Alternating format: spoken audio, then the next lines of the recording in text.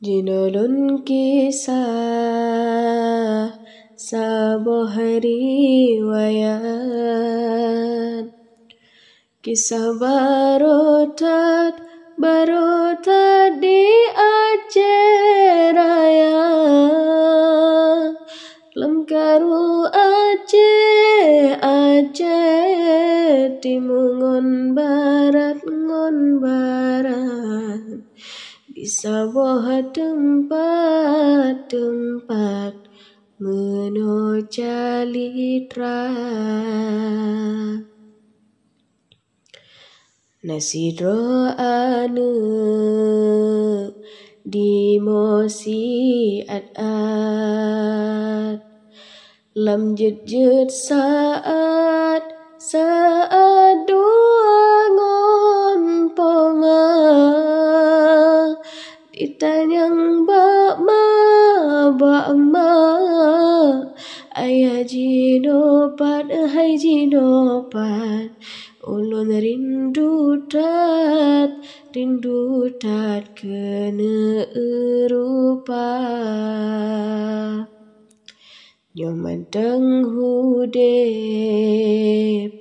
mepat alamat ulun jak sedot owade raya. Joka meninggai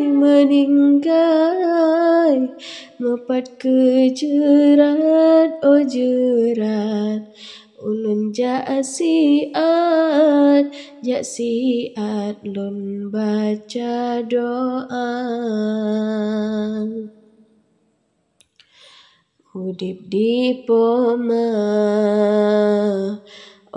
talle ayah lun jatung upah lun beribu gata. Kan nasib danyo gedanyo kenda ba Allah hadapi susah tetap lun sabar. So'le poma ane doa kenda ba Allah gedayo sabar. Be puto asa cobaan Allah ya Allah. Sambangon tabah dudo bahagia. Talake doa tanid ba Allah. Umbi musibah bele trot teka. Aceh beaman bele rodara seramo Mekah bekong agama.